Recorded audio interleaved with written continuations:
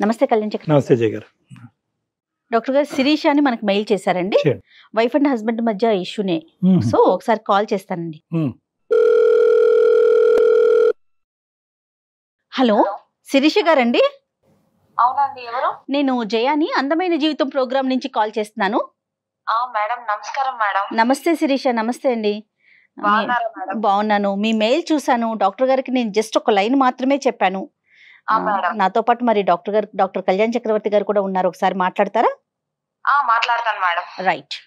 శిరీష నమస్తే అమ్మా. సార్ నమస్కారం సార్. ఎంత వయసు అమ్మా మీది? సార్ నాది వచ్చేసి 27 సార్. Okay okay. మ్యారేజ్ ఎంతకాలం అయిందమ్మా? సార్ నా మ్యారేజ్ 6 సంవత్సరాలు అవుతుంది సార్. పిల్లలు ఎవరు లేరు సార్. ఇంకా మీరు చదువుకున్నారా? నేను ఇంటర్ వరకు చేశాను సార్. సరే సరే. ఇప్పుడు జాబ్ ఏమైనా చేస్తున్నావు అమ్మా? లేదు సార్, నేను హౌస్ వైఫ్ నే సార్. చెప్పు నాన్న, సమస్య ఏంటో చెప్పు. సార్ నా సమస్య మీకు ఎలా చెప్పాలో నాకైతే అసలు అర్థం కావడం లేదు. అసలు నా ప్రాబ్లం ఏంటంటే మా ఆయన ఒకే ఇంట్లో ఉన్నా మాట్లాడాడు. ఏమంటారు, ఒకే ఇంట్లో ఉన్నా నన్ను అసలు పట్టించుకోడు. ఒంటరి దాన్ని, ఒక్కదాన్ని. మాట్లాడితే గోడలతోనే మాట్లాడుకోవాలి నేను. అదేంటమ్మా, ఏంటి అసలు సమస్య? అంటే ఇద్దరి మధ్య ఉన్న గొడవ అయిందా? పెళ్లి చూపులకు వచ్చినప్పుడు నాకు తాగడం అంటే నచ్చరు.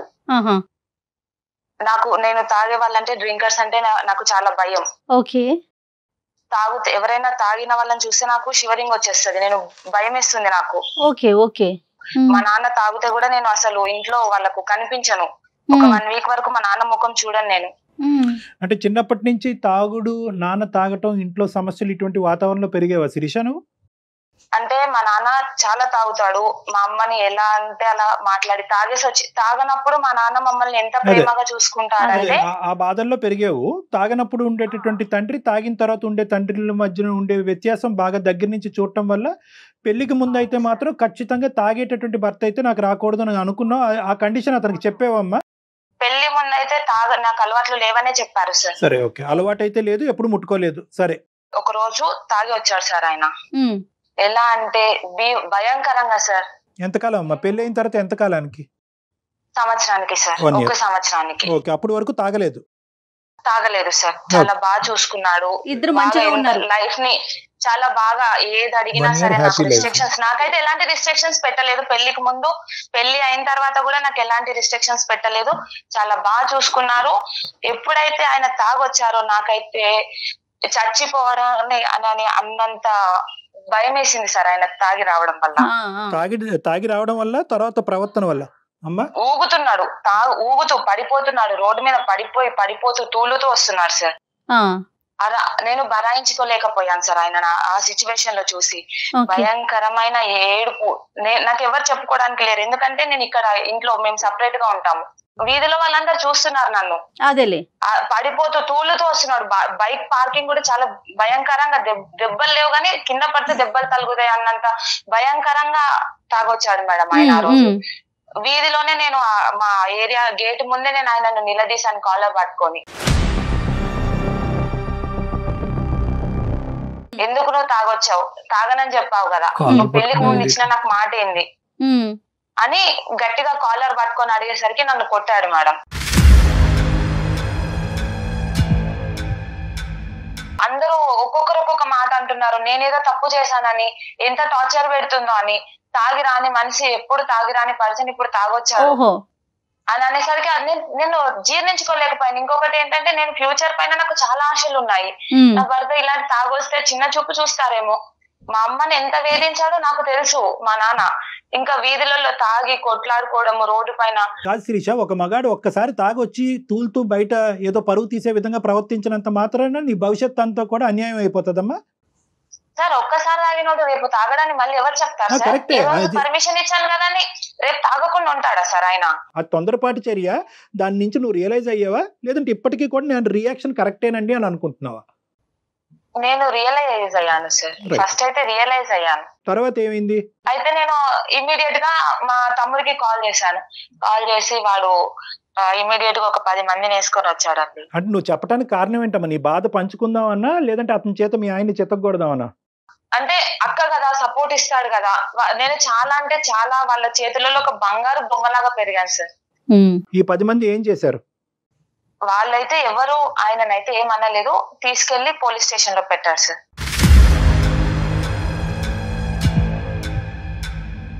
పోలీస్ స్టేషన్ పిఎస్ కి తీసుకెళ్లిపోయారు. ఇలా కొడుతున్నాడు, గృహహింస చట్టం కింద అక్కడ పెట్టేశారు. నేను మా హస్బెండ్ ని అంటే తప్పు చేస్తున్నాను అని చెప్పేసి నాలో నేను అనుకుంటున్నాను, అసలు నేను కలల కన్నా ఫ్యూచర్ ఏంది, నేను ఇక్కడ పోలీస్ స్టేషన్ లో నిలబడడం ఏంటి.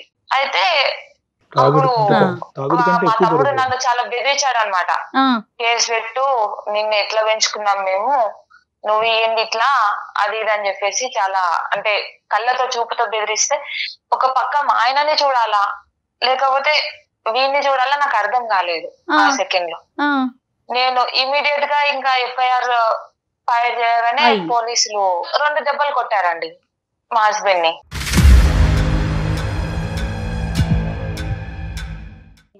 ఇంకా అప్పుడు ఆయన చూసిన చూపు నేను అసలు ఇప్పటికీ నేను మర్చిపోలేను. ఆయన అదే లాస్ట్ చూపు ఆయన నన్ను చూడడం, ఆ కళ్ళతో చూడడం, పోలీస్ స్టేషన్ లో నన్ను అలా చూడడము, మళ్ళీ ఈ సెకండ్ వరకు కూడా ఆయన నన్ను తలెత్తి చూడలేదు. అదే లాస్ట్.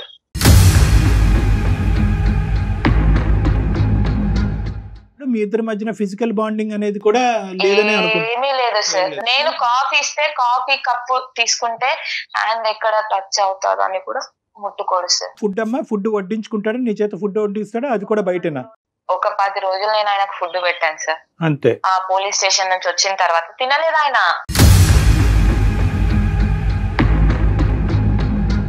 ఇప్పుడు మీ ఇంటికి అమ్మా నాన్నలు మీ తరపున కానీ ఆయన తరపున కానీ వచ్చిపోవటాలు ఏం లేవమ్మా? రాకపోకలు లేవా? వాళ్ళ ఇంట్లో వాళ్ళు వస్తారు. మా అమ్మ వాళ్ళైతే ఎప్పుడైనా ఒకసారి వచ్చి ఇట్లా వెళ్ళి అట్లా వెళ్ళిపోతారు. కాకపోతే వాళ్ళు ఉన్నప్పుడు కూడా లేట్ నైట్స్ రావడమే.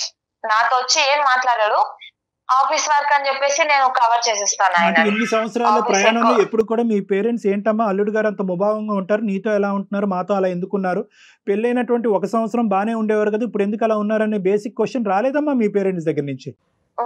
మా వాళ్ళు అడిగారు సార్, మా వాళ్ళు అడిగారు, మా అత్తగారు కూడా కాల్ చేసి అడిగారు.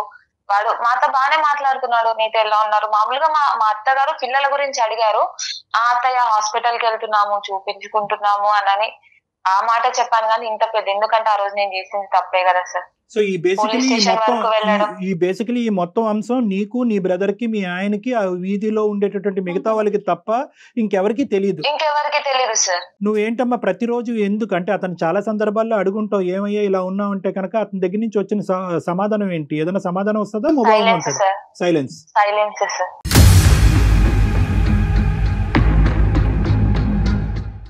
మరి నువ్వు ఏ ఆశతో అమ్మా, అంటే ఏంటి నీ ఆశ ఏంటి? రానున్న రోజుల్లో మనిషి మారుతాడన్నా ఏంటి నీ ఆలోచన ఏంటి, కోరిక ఏంటి? మనిషి మారుతాడనే నమ్మకం ఉంది సార్. ఎందుకంటే 1 ఇయర్ ఆయనతో కలిసి సంసారం చేశాను కదా సార్. ఆ బాండింగ్ నాకు ఇంకా ఇప్పటి వరకు గుర్తుంది కదా సార్.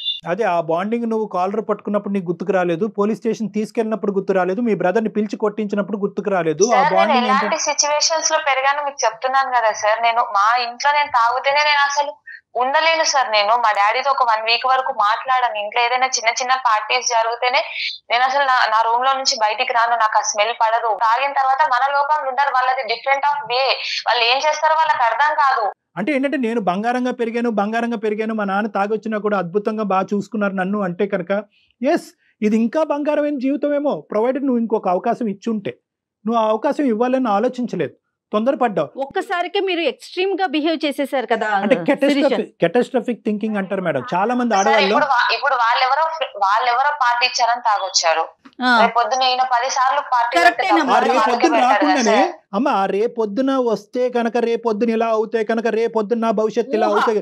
ఈ ఊహాజనకమైనటువంటి ఆలోచన వాస్తవానికి నిజం అవుతుందో లేదో గానీ అది జరగకముందే నీ జీవితాన్ని ఈ రోజు నాశనం చేసుకుని ఎదుర్కొంటూ కూర్చున్నావు. 5 సంవత్సరాల నుంచి నువ్వు ఒంటరిగా మిగిలిపోయావా లేదా చెప్పండి. దీన్ని కెటాస్ట్రోఫిక్ ఒంటరితనం, మనిషి ఉండి ఒంటరితనం అది ఇంకా దరిద్రం. ఎవరు లేకపోతే ఎవరు లేరు అని అనుకోవచ్చు, కళ్ళెదురుకుంటా మనిషి ఉండి అంతకు ముందు 1 సంవత్సరం పాటు అద్భుతంగా జీవితాన్ని అనుభవించిన నువ్వు ఈ రోజు మనిషి ఎదురుగుంటా ఎలా మారిపోయాడే అని చూసినప్పుడల్లా నీకు ప్రతిరోజు ఒక కత్తిపోటు లాంటిదే. చాలా మంది ఆడవాళ్ళకి ఒక్క పాయింట్ చెప్తాను, తర్వాత నువ్వు చెప్పి కానీ ఉన్న పరిస్థితి బట్టి ఆలోచన కొనసాగాలి అని అంటూ ఉంటాం. దీన్ని యాంగ్జైటీ థింకింగ్ కింద మారకూడదు, కెటాస్ట్రోఫిక్ థింకింగ్ అంటారు. ఏదో ఒక ఆలోచన, ఇప్పుడు ఒకటి సంఘటన కనిపించింది నీ కళ్ళెదురుగుంటా, దాన్ని ఏంటంటే ఆ సంఘటన చుట్టూరునే నీ ఆలోచన ఉండాలి, కానీ ఈ సంఘటనకి గతంలో నీ జరిగినటువంటి సంఘటనకి నీ ఎదురింటి పక్కింటి ఆంటీ ఇంట్లో జరిగినటువంటి సంఘటనలకి ముడి పెట్టకూడదు. దీన్ని భిన్నంగా చూడాలి. దీన్ని అక్కడ చాకచక్యంతో ఆలోచన శైలితో దీనిగానే మార్చుకోవాలి. కానీ అమ్మో మా నాన్న అలా ఉన్నాడు కాబట్టి నా భర్త ఇలా అయిపోతాడేమో, అమ్మో నా భవిష్యత్తు అలా అయింది కాబట్టి ఇప్పుడు నా భవిష్యత్తు ఇలా అయిపోతుందని చెప్పి దీనికి ముడి పెడితే కనుక జీవితాంతం భయపడుతూనే సస్తామమ్మా. ఇలా అయిపోతుంది పరిస్థితి. సరే, ఇంతవరకు నేను చెప్పా, మా తరపున నీకు ఎటువంటి సహాయ సహకారాలు చేయగలం. మీరు కౌన్సిలింగ్ ఇస్తారు కదా సార్, ఆయనతో ఒకసారి మీరు మాట్లాడి చూడండి. నాకైతే ఇప్పటి వరకు ఏం మాట్లాడలేదు. నా ఫోన్ ఎత్తారు, నా మెసేజ్ కి రిప్లై ఇవ్వరు. ఆయన వైపు నుంచి ఎలాంటి ఆన్సర్ కావాలి అని మీరు ఎక్స్పెక్ట్ చేస్తున్నారు? ఏం కోరుకుంటున్నారు మీ హస్బెండ్ వైపు నుంచి? మళ్ళీ కలిసి జీవిస్తామని ఒక చిన్న కాదమ్మా శిరీష, ట్రై చేద్దామని చెప్పి శిరీష ఒకసారి మాట్లాడదాము. కానీ ఇప్పుడు డాక్టర్ గారు మాట్లాడిన తర్వాత ఒక సారీ గానీ లేకపోతే మీ తప్పు గానీ మీరు ఒప్పుకుంటారా? మరి ఒప్పుకుంటాను మేడం, ఖచ్చితంగా ఒప్పుకుంటాను. ఇలాంటి సమస్య వచ్చినప్పుడు భార్యాభర్తలుగా మీరిద్దరు సెట్ చేసుకోండి. మీ ఇద్దరు సమస్య సెట్ అవ్వకపోతే తల్లిదండ్రుల వరకు వెళ్ళండి, తల్లిదండ్రుల వరకు సెట్ అవ్వకపోతే పోలీస్ స్టేషన్కి వెళ్ళండి అని చెప్తా ఉంటాం. నువ్వేం చేసావంటే ఇక్కడి నుంచి అక్కడ దుంకావు. సో ఈ రోజు ఎటువంటి పరిస్థితి వచ్చింది అంటే కనుక, అమ్మో పోలీస్ స్టేషన్కి ఈడ్చుకుని వెళ్ళినటువంటి నా భర్త రియాక్షన్ 5 సంవత్సరాల పాటు వనవాసం చూశాను కదా నేను. అలాంటిది ఇప్పుడు మళ్ళీ తల్లిదండ్రులు తీసుకెళ్తే కనుక ఇంకెలా ఉంటుంది అనే పరిస్థితి. బేసిక్ అంటే ఏదున్నా కూడా చిన్న ముళ్ళు గుచ్చుకున్న అమ్మ నాకు ముళ్ళు గుచ్చుకుందని చెప్పేటటువంటి అవకాశం కూడా ఈరోజు నీకు లేకుండా పోయింది. దానివల్లే ఈరోజు మా సహాయ సహకారాలు తీసుకోవడానికి ట్రై చేస్తున్నాం. ఒకటమ్మా, ఇక్కడ మనం ఏం చేద్దామంటే కనుక నువ్వు అపాలజీ చెప్పినా ఏం చెప్పినా కూడా ఫస్ట్ అతని మనసులో ఎక్కడ గాయపడింది అనేది ఫస్ట్ మనం తెలుసుకోవటం ఇంపార్టెంట్. సో అతనికి ఒకసారి అవకాశం ఉంటే ఫోన్ ఇవ్వండి అమ్మా, మాట్లాడదాం. కాల్ చేస్తారా మరి మీరు? మేడం నేను కాల్ చేస్తే లిఫ్ట్ చేయడు మేడం. నేను నెంబర్ చెప్తాను మేడం. రైట్, ఒకసారి నేను కాన్ఫరెన్స్ లో పంపించండి, నేను కాన్ఫరెన్స్ లో తీసుకుంటా.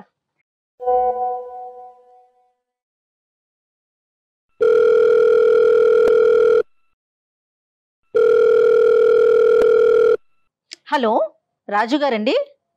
అవునండి, ఎవరు? నేను జయానండి, అందమైన జీవితం ప్రోగ్రామ్ నుంచి కాల్ చేస్తున్నాను. చెప్పండి చెప్పండి, నాకెందుకు కాల్ చేశారు? ఏం లేదు రాజు గారు, శిరీష గారు మీ వైఫ్ మాకు ఒక మెయిల్ పెట్టారు. అవును, మా వైఫ్ అండి. Yes yes. ఒక్కసారి నాతో పాటు డాక్టర్ కళ్యాణ్ చక్రవర్తి గారు కూడా ఉన్నారు. ఓకే, జస్ట్ ఒక విషయం మీతో మాట్లాడదాం అన్నట్లుగా కాల్ చేశాను. జస్ట్ మినిట్ అండి. ఏం మాట్లాడాలండి? రాజుగారు నమస్తే అండి. రాజుగారు నమస్తే. నమస్తే, డాక్టర్ కళ్యాణ్ చక్రవర్తి అండి. మీరు వర్క్ లో ఉన్నారా? పర్లేదు, చెప్పండి. ఏం లేదు, చాలా దుఃఖంలో ఉంది అమ్మాయి, మీ వైఫ్. అంటే 6 years బట్టి 5 years బట్టి అనుకుంటాను సుమారుగా, ఏదో ఒక సంఘటన తర్వాత భార్యాభర్తలుగా మీరిద్దరు ఒకే ఇంట్లో ఉన్నా కూడా మీ ఇద్దరి మధ్యన ఎటువంటి సంబంధం లేదు, ఒక ఆలోచన లేదు, ఆఖరికి ఒక కంటి చూపు కూడా లేదు అనేటటువంటి ఒక చెరసాల, ఒక జైల్లో ఉంటున్నానండి అని ఆ అమ్మాయి అంది. మీరు మాట్లాడి ఇప్పుడు ఏం చేస్తారండి?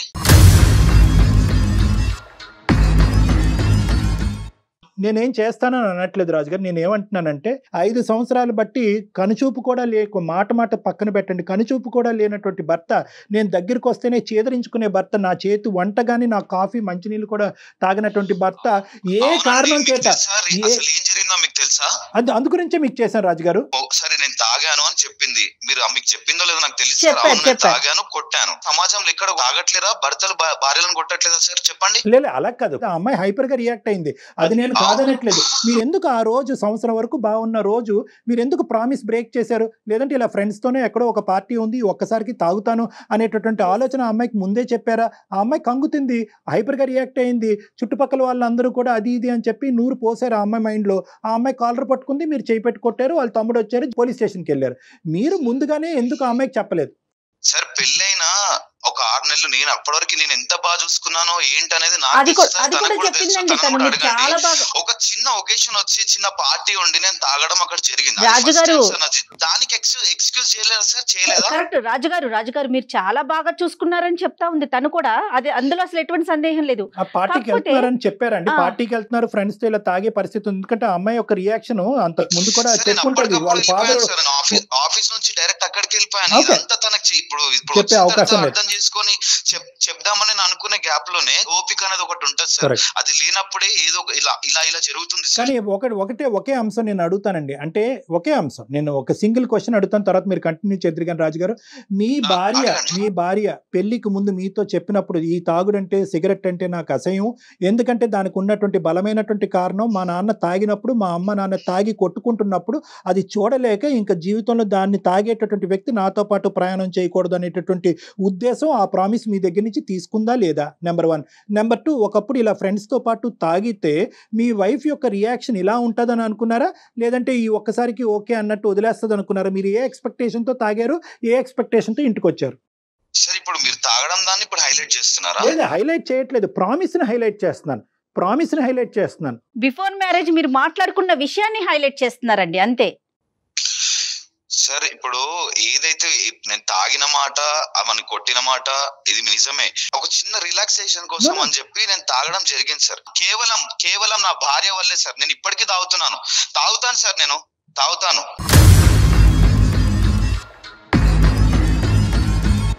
ఎందుకంటే నా మనసు సార్ ఎంత కృంగిపోయిన ఆ సిచ్యువేషన్ లా అసలు నాకు తెలుసు సార్. అది సాటి మొగాడిగా నేను మీకు చెప్పాల్సిన అవసరం లేదు సార్.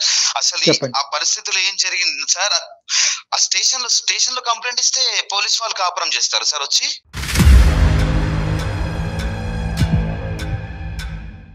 స్టేషన్ లో కంప్లైంట్ ఇచ్చింది, వాళ్ళ మధ్యలో నన్ను నిల్చోబెట్టింది, అతను నా మీద నా కాలర్ పట్టుకున్నాడు, నన్ను గెంటేశాడు. అంత మంది ముంగడ నా పరువు పోయింది, నా ఇజ్జత్ పోయింది. ఇప్పుడు సార్ ఒక్కటి సార్, పరువు అన్నా ప్రాణం అన్నా రెండు ఒకటే సార్ నా దృష్టిలో.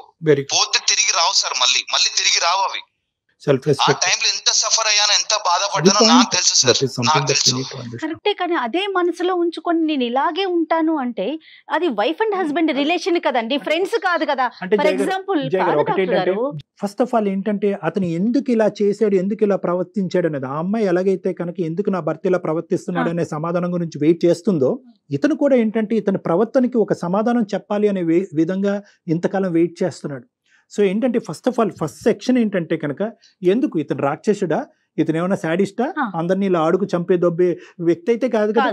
సో ఫస్ట్ ఆఫ్ ఆల్ ఏంటంటే ఎందుకు నా మనసు, అతను ఒక చాలా మంచి మాట అన్నాడు, నా యొక్క సెల్ఫ్ రెస్పెక్ట్ అయినా నా ప్రాణం అయినా ఒకటే, సెల్ఫ్ రెస్పెక్ట్ పోయిన రోజు నా ప్రాణం కూడా పోయినట్టే అని చెప్పి. ఫస్ట్ ఆఫ్ ఆల్ ఏంటంటే అతను ఎంత గాయపడ్డాడు అనేది మనం విన్న తర్వాత ఆ గాయానికి మందు ఏంటి అనేటటువంటిది నెక్స్ట్ ఫేజ్ లో వస్తుంది. అతను ఎందుకు ఆ గాయానికి మందు అడుగులు. రైట్, మరి ఒకసారి శిరీషని కూడా లైన్ లోకి తీసుకుందామా రాజు గారు? దేనికండి అవసరం లేదు, నేను మాట్లాడనండి. మాట్లాడేవాడిని అయితే అప్పుడే మాట్లాడేవాడిని, నేను మాట్లాడను. ఒకసారి మాట్లాడితే కదా సమస్యకి పరిష్కారం. మీరు పరిష్కారం వైపు ఆలోచించట్లేదు అసలు. రాజుగారు ఏం ఆలోచించాలండి, 6 సంవత్సరాల నుంచి నేను ఒంటరిగా. రాజుగారు ఒక్క నిమిషం రాజుగారు, ఈ రోజు ఒక్కొక్క మెట్టు నా చేయి పట్టుకుని నిదానంగా ఎక్కించేస్తున్నారు డాక్టర్ గారు అని మీరు అనుకోవద్దు. నేను అనేది ఏంటంటే ఈ రోజు మీరు ఎంత క్షోభను అనిపిస్తున్నారు, ఆ అమ్మాయి ఒక్కతే అనుకుంటుంది నేనే నరకం అని, మీరు ఎంత క్షోభను అనిపిస్తున్నారు. ఒకే ఇంట్లో ఉంటూ పక్కన ఆడదాన్ని పెట్టుకుంటూ ఆ అమ్మాయి కళ్ళ వైపు చూడకుండా, ఆ అమ్మాయిని తాకకుండా, ఇది కూడా నరకమేనండి. అందుగురించి ఇందాక జయ గారికి చెప్పాను, ఇది 2 రెట్లు నరకం, అది ఒక నరకం అయితే ఇది 2 రెట్లు నరకం. అట్లీస్ట్ ఎవరికి వాళ్ళు అనుభవిస్తున్నారండి, ఆ అమ్మాయికి ఆ అమ్మాయి, ఈ అబ్బాయికి ఈ అబ్బాయి. అందుగురించి ఈ మౌన పోరాటం ఇక్కడతో ఆగాలి. ఏ కారణం చేత ఇరువురు బాధపడుతున్నారన్నది చూడాలి. సమస్యకి పరిష్కారం సంగతి తర్వాత చూద్దాం. అసలు మీరు ఏ కారణం వల్ల మీరు ఎలా ప్రవర్తిస్తున్నారు, ఆ అమ్మాయి ఈ సమస్యకి పరిష్కారం ఏమైనా వెతికి పట్టుకోగలదా? కారణం ఏందో మీరు అడిగారు, నేను మీకు చెప్పాను. మళ్ళీ ఆమెతో మాట్లాడమంటే ఈ పెళ్లికి ఒక మీనింగ్ ఉంది. ఈ పెళ్లికి ఒక సమస్యకి పరిష్కారం కావాలంటే ఒక సమాధానం కావాలి. ఆ సమాధానం అనేది ఇరువురు పంచుకోవటం అనేటటువంటిది ఆ పెళ్లికి గౌరవం. ఇది ఒక పవిత్రమైనటువంటి బంధం. దీంట్లో ఏంటంటే మీ సమాధానం, ఎందుకంటే ఈ ఒక్క ఆస్పెక్ట్ తప్ప మీ ఇద్దరి మధ్యన ఏమీ లేదు నాన్న. మీ ఇద్దరి మధ్యన ఇంకొక ఆస్పెక్ట్, ఇంకొక ఇష్యూ ఏమీ లేదు. పెద్దలు బాగానే ఉన్నారు, పిల్లలు అందరూ బాగానే ఉన్నారు. ఒక్క సంఘటన జీవితాన్ని మార్చేసింది. సో కాబట్టి ఏంటంటే దీని పరిష్కారం వైపు తర్వాత చూద్దాం. ఫస్ట్ మీరిద్దరు ఒకరికొకరు సమాధానం చెప్పుకోండి. ఫస్ట్ ఆ అమ్మాయి ఏం చెప్తుందో వినండి. ఆ అమ్మాయితో మాట్లాడటం మీకు ఇష్టం లేకపోతే మేము ఆ అమ్మాయి మాటను మీకు మీడియేట్ చేస్తాం. ఒక్కసారి ఫోన్ కలవడానికి అవకాశం, ఫోన్ కలుపుతాం. ఎస్ పెడదాం. పెట్టి ఆ అమ్మాయి ఆలోచన ఏంటో మీరు వినండి, మీ ఆలోచన అమ్మాయికి చెప్పండి. ఒక్కసారి అవకాశాన్ని ఇవ్వండి ప్లీజ్, మై రిక్వెస్ట్. సరే పెట్టండి. థ్యాంక్ యూ నాన్న, thank you for allowing that.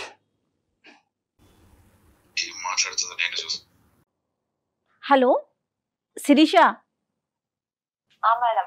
అమ్మా రాజుగారు లైన్ లో ఉన్నారు, మా మీ హస్బెండ్. ఒకసారి శిరీషతో మాట్లాడండి. అమ్మ శిరీష, శిరీష నువ్వు మాట్లాడమ్మా మీ ఆయనతో, చాలా కాలం అయింది కదా మాట్లాడి. ఒకసారి మాట్లాడి నీ మనసులో ఉన్న బాధ ఏంటో. అతను చాలా కష్టం మీద మనకి పర్మిషన్ ఇచ్చారు, ఒకసారి మాట్లాడు. హలో చెప్పు. ఎందుకు మాట్లాడడం లేదు రాజు? నేను చేసిన తప్పేంది రాజు? నీకు తెలీదా? నేను చెప్పాలా నీకు మళ్ళీ? నేను ఏం చేశా రాజు? నేను నీకు ఫస్ట్ పెళ్లికి ముందే చెప్పాను కదా రాజు, నాకు తాగితే నచ్చదు అని. తాగితే నేను బరాయించుకోలేను, తట్టుకోలేను అని కూడా చెప్పాను కదా రాజు. అయితే ఆ మాత్రం అంటే తాగినందుకు ఆ మాత్రం దానికి స్టేషన్ దాకా వెళ్ళిపోతావా? మీ ఇంట్లో మొత్తం చెప్పి ఇజ్జత్ మొత్తం తీయడానికి రెడీ అయిపోతావా? రాజు నేను ఇంట్లో వాళ్ళకి మా తమ్ముడికే కదా రాజు చెప్పింది, మా ఇంట్లో వాళ్ళకి ఎవరికి అవును, మీ తమ్ముడు ఏమన్నా నాకు అర్థం కాదు అసలు ఏంది. మీ తమ్ముడు ఏమన్నా అనుకుంటుండా లేకపోతే ఏంది? మీ తమ్ముడిని చెప్పుడు ఏంది నువ్వు? మీ తమ్ముడు నాకు ఫోన్ చేసి మా అక్కని ఇట్లా ఇట్లా చూసుకుంటలేమంట ఏంది ఇవన్నీ? నన్ను అడుగుతాడా మీ తమ్ముడు? ఎన్ని సంవత్సరాలు అయింది రాజు నువ్వు నాతో మాట్లాడక? ఒక్కసారైనా నాతో మాట్లాడాలని లేదా నీకు? మస్తు అమాయకంగా మాట్లాడుతున్నావు, ఏం తెలియనట్టు. అబ్బా అవార్డు ఇవ్వచ్చు నీకు. ఏం ఏం గుర్తు అంతా మర్చిపోతారేంది? నాకు అర్థం కాదు మనుషులు.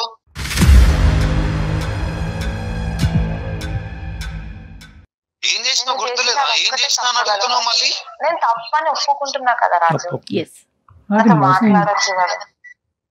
ఇగో చూడు శిక్ష, నేను మాట్లాడేవాడిని అయితే నేను ఇంట్లోనే నీతో ఆ రోజే అప్పటికప్పుడు సాల్వ్ అయిన రోజే నెక్స్ట్ రోజే నేను మాట్లాడేవాడిని. అది నాకు ఎంత గట్టిగా గుచ్చుకుందో నా గుండెకి నాకు తెలుసు. అర్థమవుతుందా?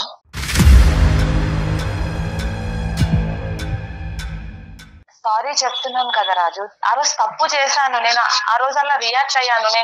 నేను చెప్పకుండా చేస్తే తప్పు కదా. ఏంటి తప్పు? ప్రతి ఒక్కరు చేస్తారు. నేను చేసినప్పుడు నువ్వు క్షమించావా? నేను ఏదో లైట్ గా నేను ఆ రోజు లేట్ వచ్చినందుకు నువ్వు ఎందుకు లేట్ వచ్చావు అని చెప్పి నా కాలర్ పట్టుకుంటావు నువ్వు. నేను తప్పు చేశాను. చిన్న విషయం స్టేషన్ వరకు మొత్తం కంప్లైంట్ ఇచ్చేస్తావు. తీసుకోలేకపోయాను రాజు అట్లా. నేను అసలు అలా చూడలేకపోయాను. నేను నా ఫ్యూచర్ ప్లాన్స్ అన్ని కొలాప్స్ అయిపోయా అనుకున్నాను అక్కడే. నేను ఏమైనా చెప్పు శిరీష, నీకు ఒక్కటే మాట చెప్తా. నువ్వు ఎప్పుడైతే స్టేషన్ పోయినావో అప్పుడే నాకు నా మనసు ఇరిగిపోయింది.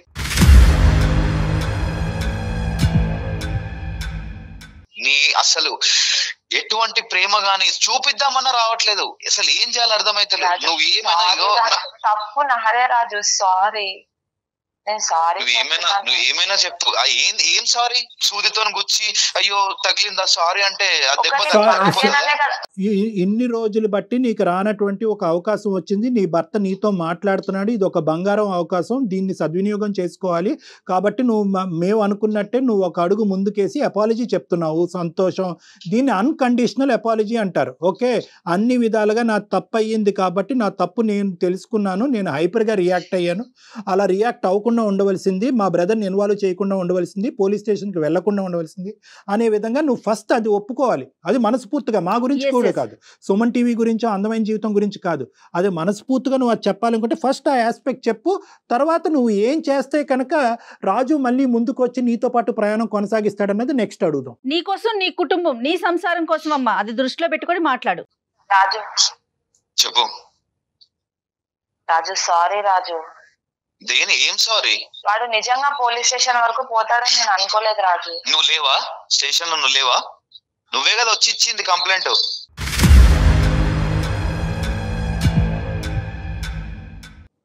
అన్ని తనే రాజు. ఒక్క నిమిషం శిరీష, ఒక్క నిమిషం. ఆ అమ్మాయి కావాలని చేసిందా, తెలివి తక్కువతనంతో ఇమ్మెచ్యూరిటీగా చేసిందా అనేది ఒక్కసారి ఆలోచించుకో. నేనైతే మాత్రం 210% తెలియక చేసింది, అనాలోచితంగా చేసింది, చుట్టుపక్కల వాళ్ళు ప్రేరేపించడం వల్ల చేసింది. కాబట్టి ఆ సబ్జెక్ట్ని ఇక్కడితో వదిలేద్దాం. ఆ అమ్మాయి అన్కండిషనల్ అపాలజీ 100 సార్లు చెప్పింది. ఈ అపాలజీని నువ్వు యాక్సెప్ట్ చేసి ఈ ఈ జీవితాన్ని ముందు కొనసాగటానికి నీ యొక్క కండిషన్స్ ఏంటో చెప్పు. Will conclude on this. ఎక్కడైతే నా ఇజ్జత్ స్టేషన్ లో తీసిందో అక్కడే వాళ్ళ తమ్ముడు ఆమె ఇద్దరు వచ్చి నా కాళ్ళు పట్టుకునే దాకా అందరి ముందు, ఎక్కడైతే నా ఇజ్జత్ పోయిందో, పరుగు పోయిందో అక్కడే అందరి ముందు వచ్చి నా కాళ్ళు పట్టుకుని నాకు క్షమాపణ అడిగితే నేను క్షమిస్తాను మేడం. సార్ నేను చెప్తాను సార్, మా తమ్ముడిని పిలిపించి ఎలా చెప్పించమంటారు సార్? సారీ. ఇప్పుడు నువ్వు కాలు పట్టుకుంటావు సరే, మీ తమ్ముడు కూడా ఉన్నాడు కదా దీనికి. మీ తమ్ముడు స్టేషన్ దాకా తీసుకెళ్లి అందరు ముంగడ చేస్తే మీ తమ్ముడు కూడా ఉన్నాడు కదా. ఒకటి తమ్ముడు క్షమాపణ చెప్పాలి అనేది ఒకటి, రెండోది ఏంటంటే తమ్ముడు ఏంటి అది పోలీస్ స్టేషన్ లో చెప్పాలా? అవును సార్, పోలీస్ స్టేషన్ లో చెప్పారు. ఇది కరెక్ట్ కాదు కదా ఇది కరెక్ట్ డాక్టర్ గారు. కాదేమో రాజు. ఎక్కడి న్యాయం డాక్టర్ గారు? అంటే నేను నీకు ఎట్లా చెప్తానని కంఫర్టబుల్ గా చెప్తున్నాను. ఉంటే అదేది కరెక్ట్ ఏదో రాంగ్ ఏదో నువ్వు చూసుకుంటావు అలా అన్నమాట. కాదు, అలా కాదు. నీ మరి చేతిలో మిగతాలో- తను జుట్టు పెట్టిందని చెప్పి నువ్వు ఇష్టానుసారం మాట్లాడటం కాదు రాజు. చెల్లెల జీవితం ఇలా అవ్వాలని కోరుకుంటూ ఎవడు చేయడు. ఇంటికాడ చెప్తే సారీ రాజు, యాక్సెప్ట్ చేస్తాను అనుకుంటున్నాను. రాజు రాజు. రాజు మీరు కొంచెం ఒక్క మెట్టు తగ్గాలి రాజు, ప్లీజ్. ఎందుకంటే నాకు ఒక్క అంశం చాలా బాగా అర్థమైంది. 5 సంవత్సరాల పాటు ఇంత వాడి వేడితో మీరు ఇద్దరు కలిసి ఉన్నారంటే మీ ఇద్దరి మధ్యన ప్రేమ అనేటటువంటి సబ్జెక్ట్ అయితే ఉంది ఖచ్చితంగా. కాబట్టి రాజు రాజు ఓకే ఓకే ఓకే. ప్లీజ్ రాజు, మీరు ఒక్కసారి ఆలోచించండి. ఇప్పటికైనా కూడా ఆ అమ్మాయి అపాలజీ చెప్పింది, తమ్ముడి చేత అపాలజీ చెప్పిస్తానంది, కథ సుఖాంతం అని నాకు అనిపిస్తుంది. ఎవరికి వాళ్ళు ఒక మెట్టు తగ్గితే సంసారం అనేది ముందుకెళ్తదండి. ఇంకెవరు పెద్దవాళ్ళు ఇన్వాల్వ్మెంట్ అక్కర్లేదు. ఎవరి ఇన్వాల్వ్మెంట్ ఉండదు ఇందులో. ఇంకెవరు అది. అక్కర్లేదు, ఇంకెవరు పెద్దవాళ్ళు అక్కర్లేదు. మీ సరే ముగ్గురు మేడం, కూర్చోండి. మీరు చెప్పిన దానికి ఓకే మేడం, నేను కాదనట్లేదు. బట్ ఇది మళ్ళీ రిపీట్ అయితే మాత్రం చాలా కష్టం మేడం. బాబు రిపీట్ అవ్వకూడదు, మేము తేల్చిన రిపీట్ అవుతాయి. 5 సంవత్సరాలకి ఇంత టైం పట్టింది. Right. ఓకేనమ్మా, all the best Sirisha. Thank you sir, thank you so much sir. All the Okay best అమ్మా, రాజు. నమస్తే. జాగ్రత్త మెచ్యూర్ గా ఆలోచించు. బాయ్ అమ్మా. Thank you sir, thank you sir, bye sir. Thank you so much thank you Kalyan Jaya గారు. గారు. నమస్తే. నమస్తే.